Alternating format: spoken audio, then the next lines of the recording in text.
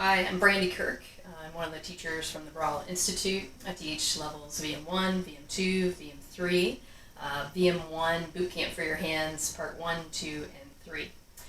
Today, I'd like to talk to you about VM3 a little bit, one of the topics that we talk about in VM3. For those of you that don't know me, I own a pelvic specialty center, and so I used to teach for another institute that really did a lot of internal vaginal and internal rectal work.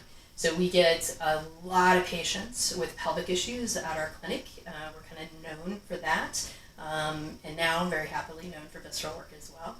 I do say that the visceral work has helped us tremendously, and combining the two is great. So I know in my class, I don't get to go into great detail about Bradley's loops. I have like one slide on it. I kind of go through it kind of quick. I don't know what the other teachers do, but I think it's very important for us to understand Bradley's loops, because if we understand them, we can understand where there could be a dysfunction in one of these loops, and then figure out, well, what techniques can we do? And they may be not so visceral.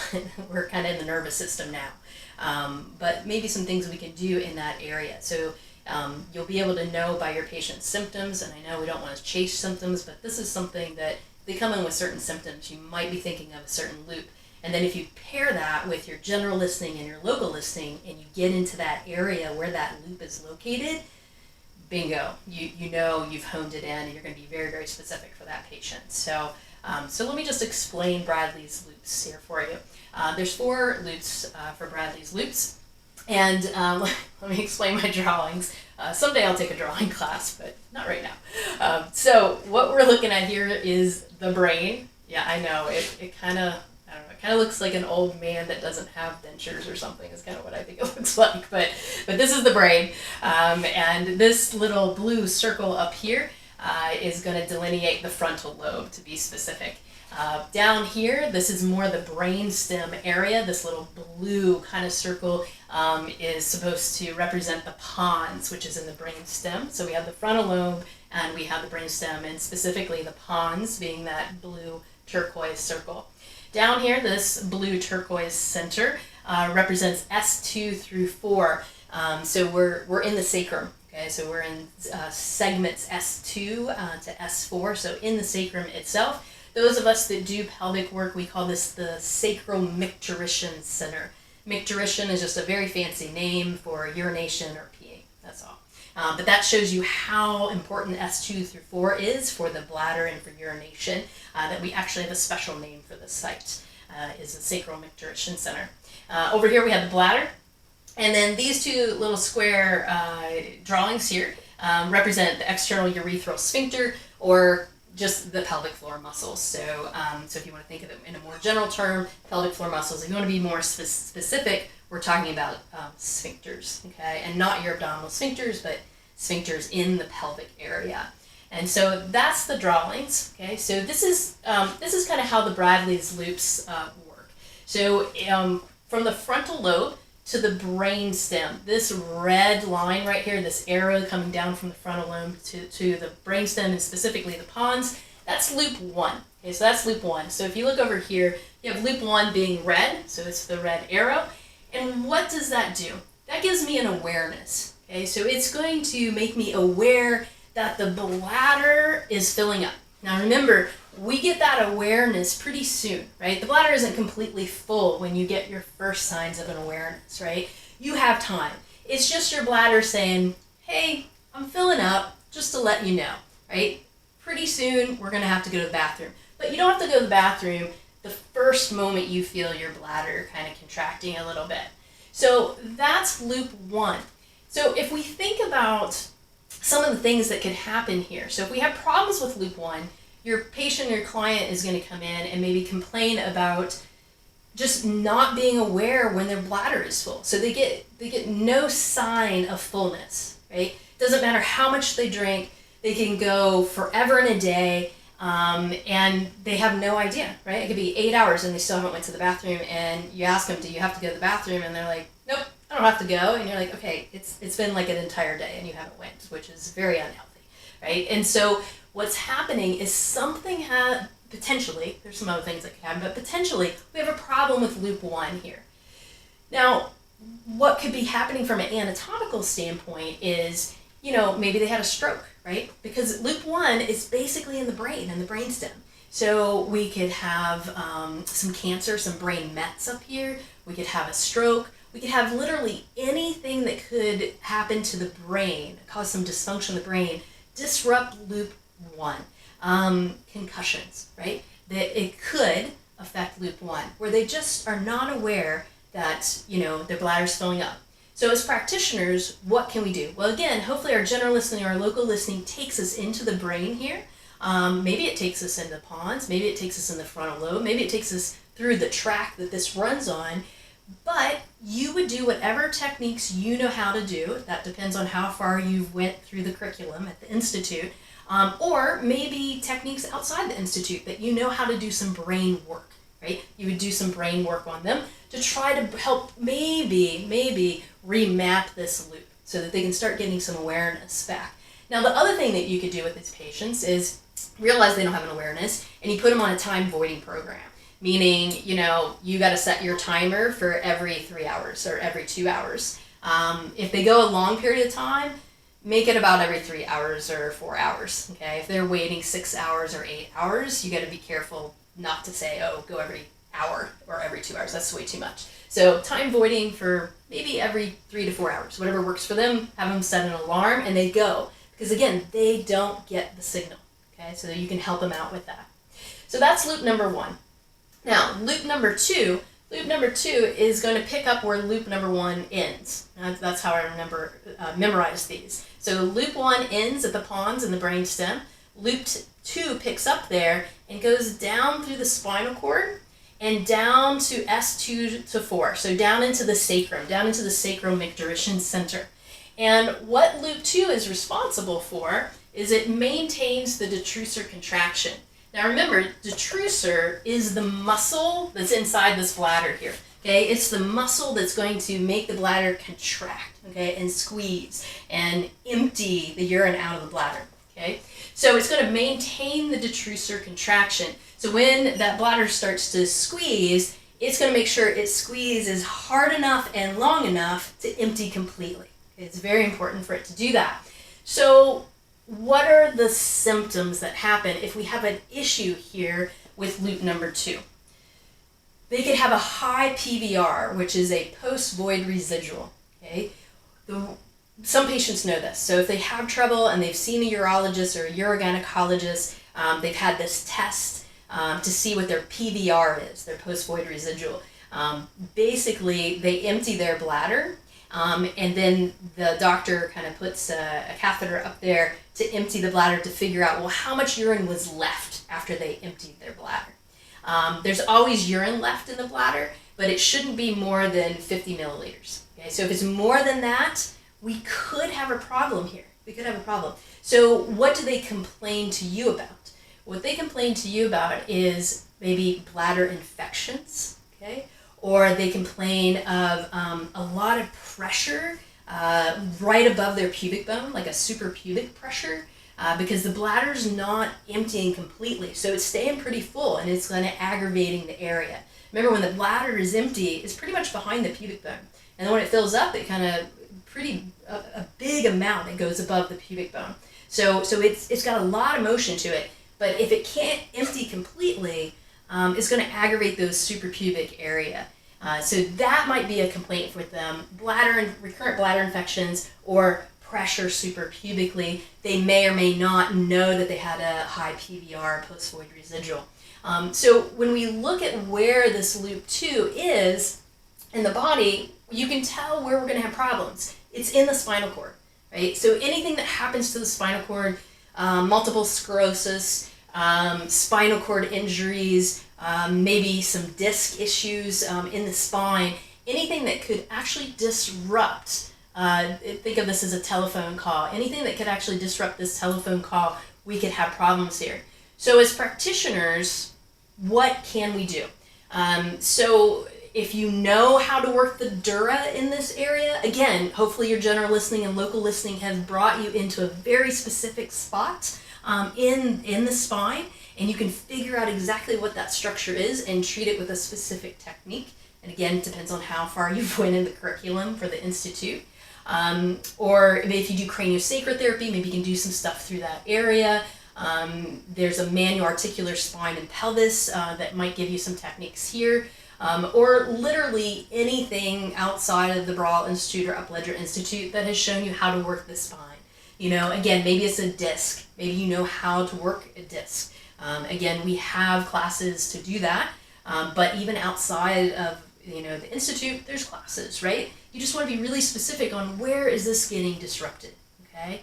The other thing that you can do is you can kind of teach your patients to put their fingers right above their pubic bone and press whenever they're on the toilet, right? So they're just pressing straight back, and that pressure is going to put pressure on the bladder and help it squeeze a little bit more. It's like if you tap a muscle, right? If you put some pressure on the muscle, sometimes it'll contract on you. So if we can kind of press straight back in onto that bladder, it'll help it release a little bit. A lot of times these patients, especially if they're spinal cord patients, they're doing self-catheterizations, right? And the reason why they're doing self-catheterizations is because this loop has been disrupted. And you're probably not going to be able to do anything for that as far as reversing it, but you can help them going forward, not getting infections and things of that nature. So that's loop number 2. Now, loop number 3, again, starts where loop number 2 ends. So we ended down here in the sacral micturition center, or S2 to 4, or in the sacrum, down here in this little blue circle. And so loop 3 is going to come out from there and go to and from the bladder, and then to and from the pelvic floor muscles, okay, or the sphincters. And so what loop 3 does, if we look over here, the purple, it coordinates the detrusor contraction, so again, the muscle in the bladder, with the sphincter relaxation. And what does that mean? That means if the bladder contracts, if it's squeezing, and I have a hold of it down here, because the sphincters, what they do is they're like a circular muscle, and they basically just squeeze around the urethra, okay? Like they just squeeze. It's just a circular muscle that's going to stop the flow of urine.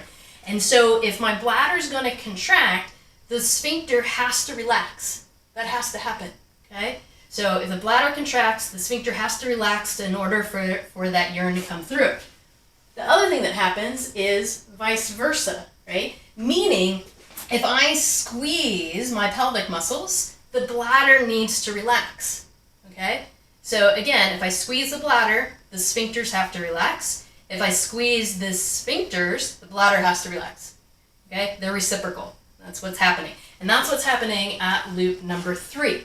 And so the symptoms that they're going to come in with when they have problems with loop number 3, a lot of times what I find with this is urinary urgency and frequency, meaning I got to go, and I got to go now, right? Or I'm going every 30 minutes or every hour. There's a frequency to how often they're going. I also see an urge incontinence that happens when this loop is disrupted, meaning I get the urge to go, meaning my loop number 1 just told me, hey, I gotta go, but then 2 seconds later, or right when I get the urge, I leak a little bit. That's urge incontinence, and it really is a disruption of this. The other thing that can happen is when they sit down on the toilet, if they can't completely relax their pelvic musculature and these sphincters, the bladder can't squeeze hard enough to get that urine out. And so they could either have high PVR, a high post-void residual, or the bladder's detrusor muscle and the walls of the bladder start to thicken up, which is not good, because if it thickens up, it can't stretch very well, right? It's getting really kind of bulky and tight. It's like the bodybuilders that you see that haven't done any stretching. Right? They can't extend their arms. That same thing happens with the bladder. If it thickens up and it gets too muscular, it can't do that big expansion to fill up. So those are the things that you're going to see or hear from your patients. How can we help as practitioners? Well, from VM3, we had a couple techniques, right? We could work the bladder by itself and any restrictions that are happening with the bladder. Make sure the bladder can slide and glide and move if we got our listening there. We got our listening back into the sacrum, the S2 through 4. There's a lot of techniques we can do in the sacrum, especially the compression, right? The sacral compression test that we did in treatment. Maybe there's a restriction between S2 and 3 or 3 and 4, and you could treat that. You could also put one hand on the bladder and one hand on the sacrum and see what they want to do, right? How do they want to communicate? Maybe you can visualize this loop, this neurological loop going back and forth. These are ways that we can treat, right? Now, the other thing that might happen is, let's say you do all those treatments and they're not getting any better. You may want to find yourself somebody that can do some internal vaginal work or internal rectal work, or some bladder retraining, right? Some pelvic therapists out there. You may want to find who are they in your area, and then you can coordinate together. You can teamwork, right? They can treat the pelvic floor, and you can treat everything else. Because the other thing we might want to do is some bladder retraining. Okay, some bladder retraining here, and that's getting them on a time schedule, teaching them how to suppress the urge, and there's lots of techniques for that I'm not going to go into here. But there's a whole study about this. So you might want to find a specialist with that if the techniques from VM3 that we know are not making a difference here. Okay? So that's loop number 3. Now, loop 4 is interesting. It doesn't really start where we ended down here in S2 to 4. What it does is it takes on the entire system. So we go all the way back up to the frontal lobe, and it's this line right here, this greenish line. It's going to come all the way down through the brainstem, all the way down through the spinal cord, and it's going to end in S2 to 4, or that sacral micturition center. Okay, so it's the whole thing. And what does it do? Loop 4, it controls the sphincters. Okay? It keeps the sphincters closed during bladder filling. Right? So when my bladder starts to fill up, which is literally right after you urinate, it starts to fill up. If this doesn't close again, the symptom that your patient's going to tell you about, if you ask them, usually patients won't tell you unless you have a pelvic center or you actually ask them this, is they dribble. And they dribble all day long. So they leak these tiny, it's not a big gusher of urine coming out. It's not like they cough, sneeze, or laugh and urine comes out. It's all day long. There's just a little drop here or there, men or women, that it's going to happen and they don't know why. And all their tests have come back negative. Right? All the tests for the bladder and the pelvic floor and everything. And because it's out of there, there's something going on in this system. And if we think of it anatomically, it literally can be anything, right? It could be all the way up here in the brain, it could be in the spinal cord, it could be in the sacral micturition center. So you're going to really, really have to rely on your general listening, your local listening, to figure out where are you going to treat that, okay? But again, they're coming in with the symptom of constant dribbling, constant urine dribbling. Okay, so these are our loops, and then I wanted to show you kind of how they work. Right, so this is the bladder, and these are the ureters. Right, so this is the right ureter and left ureter, and this is the urethra down here.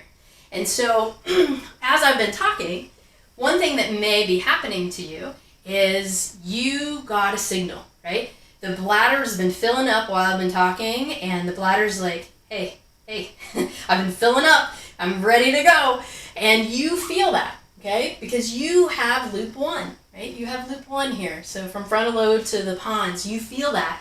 And then you say, oh, you know what? Brady is so interesting. I don't want to go to the bathroom now and miss anything that she's saying.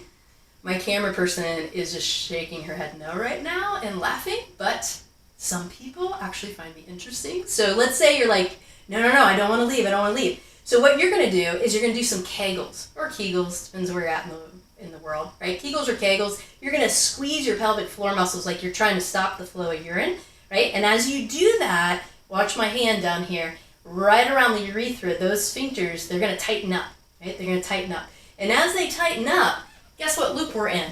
We're all the way down here, right? We're tightening. We're in loop 3. Loop 3 through that sacral micturition center is going to tell the bladder, chill out.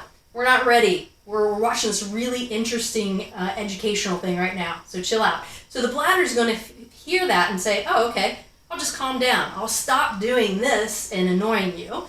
I'm going to calm down. So it does. And then I keep talking, right? I keep talking. And then there's going to be a point in the time that the bladder fills up so far that it's like, I'm not kidding. Like, you better get to the bathroom and you better get there now, and you say, okay, I'm just going to pause Brandy for a second, and I need to walk to the bathroom. But before you walk to the bathroom, you're a little nervous about how much your bladder's contracting. So you squeeze your pelvic floor muscles again. As you do that through loop 3, you're like, yep, calm down, bladder. So the bladder calms down enough, you walk to the bathroom. You sit down on the toilet. When you sit down on the toilet, then what you do is you relax these pelvic muscles. You relax the sphincters. So you let go, right? You let go. And as you let go, through loop number 3, the bladder gets a signal. Finally. I thought she would never shut up. I can actually empty. So it starts squeezing, and the urine is coming out. Guess what comes in next? Loop 2, right? Loop 2 from the pons down the sacrum mactorishon. This guy maintains detrusor contraction. So as you're urinating, think of him as like the cheerleader. He's like, go bladder, go. Go bladder, go. Go bladder, go. My camera person just covered her face. All right, go bladder, go. And it's emptying and emptying and emptying as much as it possibly can, okay? Until it's empty as much, maybe 50 milliliters or less, right? So there's some that's still left in there. And then it relaxes, okay? When it relaxes, guess what comes in next? You don't sit there on the toilet after you're done. You wipe, and you don't say, I must tighten up my sphincters before I stand up. You don't do that. Nobody thinks of their sphincters after you're done urinating. Why? Because it just automatically happens for you. Because loop number 4, this long guy right here, is going to tighten the sphincters back up. When it tightens the sphincters back up, your kidneys, right, 15 drops a minute, are producing urine, and it starts to fill the bladder back up again. So now you can stand up, and you can walk out of the bathroom without dribbling and dribbling and dribbling and dribbling. And that, my friends, are Bradley's loops. So hopefully that will help you. Have fun.